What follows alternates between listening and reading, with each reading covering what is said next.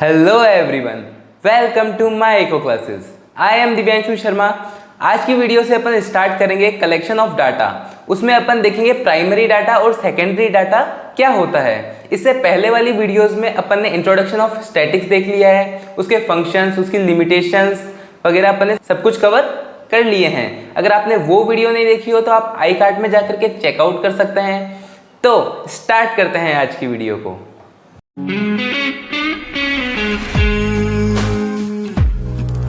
Start करते हैं अपन collection of data से।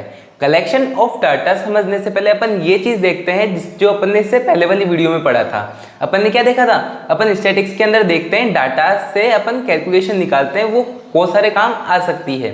तो जब अपन बात करते हैं डाटा से अपन कैलकुलेशन निकालते हैं तो वो डाटा अपन को मिलेंगे कहाँ से? वो डाटा भी तो कहीं से निकालने पड़ेंगे अपन को। तो अपन बात करते हैं कलेक्शन ऑफ डाटा की, जहाँ से अपन डाटा कलेक्ट करते हैं। कलेक्शन ऑफ डाटा मतलब डाटा को कलेक्ट करना, ठीक है। कलेक्शन ऑफ डाटा दो चीज़ों में डिवाइडेड है, एक है प्राइमरी डाटा, एक है secondary data. First primary data और दूसरा सेकेंडरी डाटा। प्राइमरी डाटा मतलब वो डाटा जो फर्स्ट टाइम कलेक्ट किया गया हो, वो डाटा पहले कहीं प्रेजेंट नहीं हो, यानी किसी ने कलेक्ट नहीं किया हो। जो वो डाटा कलेक्ट पहली बार करता है फर्स्ट टाइम, वो होता है प्राइमरी डाटा। समझ रहे हैं अपन? प्राइमरी यानी फर्स्ट टाइम और सेकेंडरी यानी सेकेंडरी में अपन बात ये करते हैं कि ये डाटा ऑलरेडी कलेक्टेड होता है, ठीक है। वो किसी के भी द्वारा हो सकता है, चाहे गवर्नमेंट कलेक्ट करे चाहे कोई और कलेक्ट करे। वो डाटा एक बार पहले कलेक्ट हो चुका होता है, जिसको अपन क्या करते हैं, एज ए रेफरेंस के तौर पे डाटा ले लेते हैं। वो हो जाता है सेकेंडरी डाटा, ठीक है। ये किसी के भी द्वारा कलेक्ट किया हुआ हो सकता है, गवर्नमेंट हो सकती है या फिर कोई फर्म हो सकती है। फर्म भी डाटा कलेक्ट करती है कि कंज्यूमर क्या चाहता है, क्या चीज़ देखना चाहता है, किस टाइप के प्रोडक्ट लाइक करता है, वो हो सकती है। एम्प्लॉयमेंट का डाटा, पुअर्टी का डाटा, ग्रोथ का डाटा।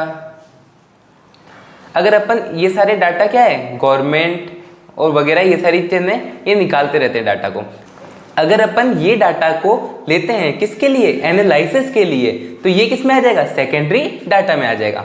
समझ गए? एक बार ओवरव्यू समझ गए। प्राइमरी डाटा जो खुद सेल्फ कलेक्ट करे फर्स्ट टाइम। सेकेंडरी डाटा यानी जो ऑलरेडी कलेक्टेड हो, उससे रेफरेंस ले ले या वो डाटा उठा ले, जैसा है वैसा का वैसा, तो वो हो जाएगा सेकेंडरी डाटा। कोई दिक्कत नहीं है यहाँ तक? आगे चलते हैं, इसकी डेफिनेशन देखते हैं। Primary data originally collected in the process of investigation. जब अपन कोई सी चीज का पता लगा रहे होते हैं, तब जो डाटा अपन खुद कलेक्ट कर रहे हैं वो होता है प्राइमरी डाटा। फॉर एग्जाम्पल, मेरे को पता लगाना है कि 2023 में बोर्ड्स में 12th के बोर्ड्स के अंदर कितने जनों के मार्क्स 90 प्लस है, मतलब 90% से ज़्यादा मार्क्स जिसके हैं वो मेरे को पता लगाना है, ठीक है। अब या तो हो सकता है कि मैं वेट करूं कोई और निकाल दे, और या हो सकता है कि मैं हर एक स्कूल में जाऊं जो बोर्ड्स जिसमें 12th बोर्ड है, ठीक है। अब वहाँ पे मैं गया, वहाँ पे सब जनों से पूछूंगा कि यार कितने जने हैं, किसके 90 प्लस आए, और उन सबका डाटा अगर मैं खुद कलेक्ट करूंगा तो वो क्या हो जाएगा, वो मेरा प्राइमरी डाटा हो जाएगा, ठीक है। Are known as primary data. This is original form of data. ये क्या है, ओरिजिनल फॉर्म है। Which are collected for the first time, जो पहली बार कलेक्ट किया गया है। जैसे अगर मैं पहली बार जाऊंगा, मैं कलेक्ट करूंगा ये डाटा, तो मैंने क्या किया है, पहली बार कलेक्ट किया ये डाटा, इससे पहले किसी और ने नहीं कर रखा, ठीक है। ये अपन मान सकते हैं। और दोनों का मोटिव अलग हो तो भी ये चीज़ अलग हो सकती है। जैसे कोई सोच रहा है कि मैं 85% प्लस का डाटा कलेक्ट करूँ, कोई सोच रहा है 90 का। तो जैसे अगर मैं 90 का सोच रहा हूँ तो ये क्या है, पहली बार कलेक्ट किया गया है। It is collected directly from its sources of origin.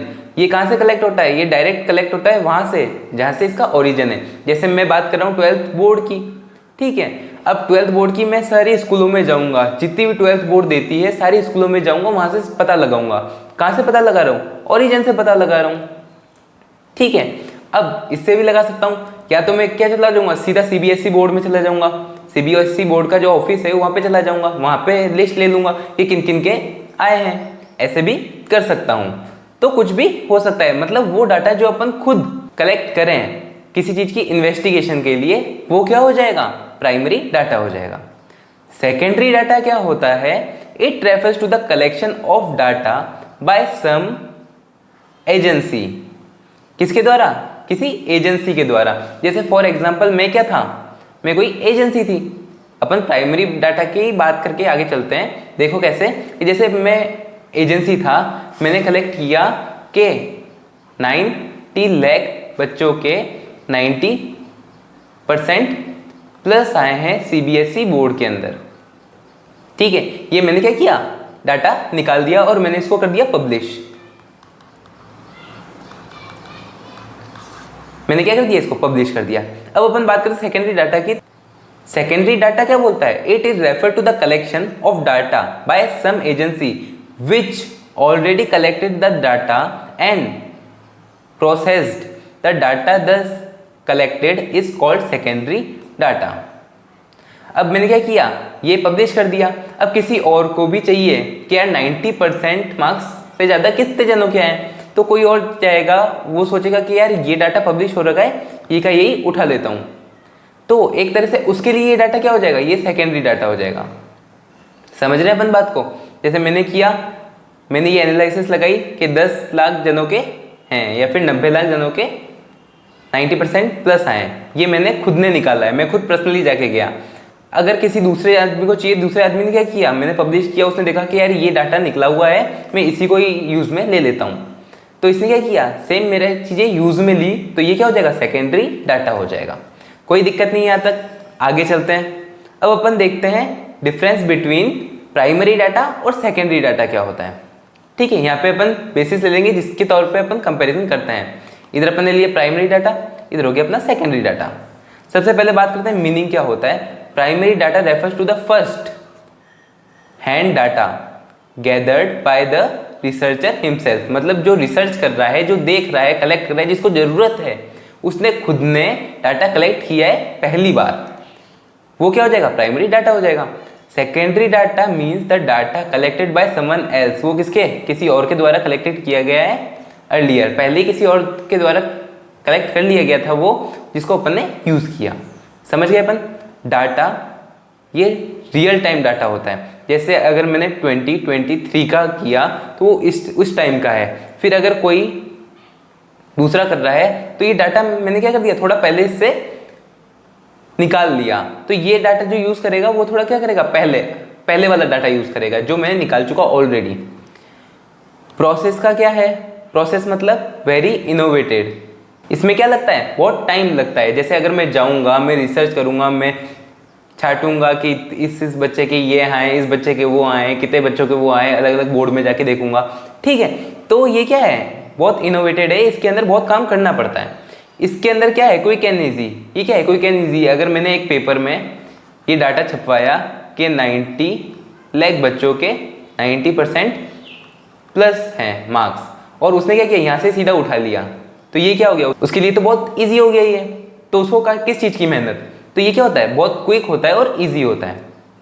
Sources क्या होते हैं इसके, survey, observations, experiment, questionnaire, personal interview etcetera. अपन को ये सब करने के लिए, मतलब ये डाटा निकालने के लिए सर्वेस करना पड़ता है, लोगों को देखना पड़ता है, जानना पड़ता है, एक्सपेरिमेंट्स करने पड़ते हैं, अपन को लोगों से बातचीत करनी पड़ती है, पर्सनल इंटरव्यू लेने पड़ते हैं, उनसे क्वेश्चंस पूछने पड़ते हैं। ये सारा काम अपन को डाटा कलेक्ट करने के लिए करना पड़ता है।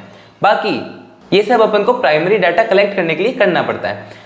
बाकी अगर जब अपन सेकेंडरी डाटा कलेक्ट करने की बात करते हैं तो अपन को क्या करना पड़ता है, किसी भी मैगजीन उठा लो, कोई भी गवर्नमेंट पब्लिकेशन उठा लो, जैसे गवर्नमेंट पब्लिकेशन कोई वेबसाइट से उठा लिया, किसी बुक से उठा लिया, जर्नल से उठा लिया, आर्टिकल, इंटरनेशनल रिकॉर्ड, किसी से भी आप डाटा उठा सकते हो।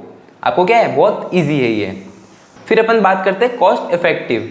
ये क्या होता है, एक्सपेंसिव होता है। जैसे फॉर एग्जांपल मैं पहली बार डाटा इकट्ठा कर रहा हूँ, मैं अब हर एक बोर्ड में जा रहा हूँ, मैं बात कर रहा हूँ उनसे डाटा लेने के लिए, तो मेरे को ट्रैवल चार्जेस भी लगेंगे। ठीक है, वहाँ पे अगर मेरे को रुकना पड़ा तो स्टे चार्जेस लगेंगे।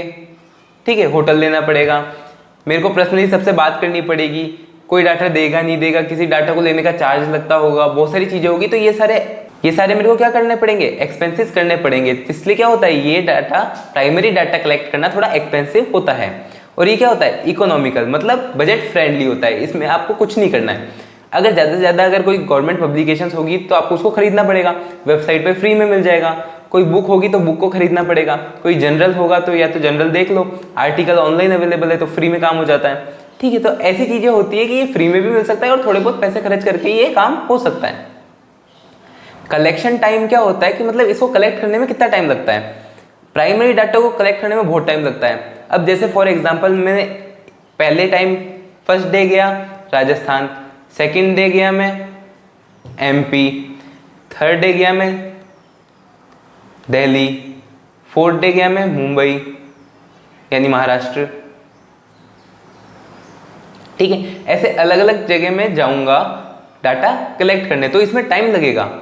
यहाँ पे क्या होता है, टाइम लगता ही नहीं है। मतलब सेकेंडरी डाटा में क्या होता है, टाइम लगता ही नहीं है। सीधी बुक खोली, सीधा पेपर देखा या सीधा आर्टिकल देखा, मिल गया डाटा। फिर अपन बात करते हैं स्पेसिफिक। ये क्या होता है, always specific to the researcher need.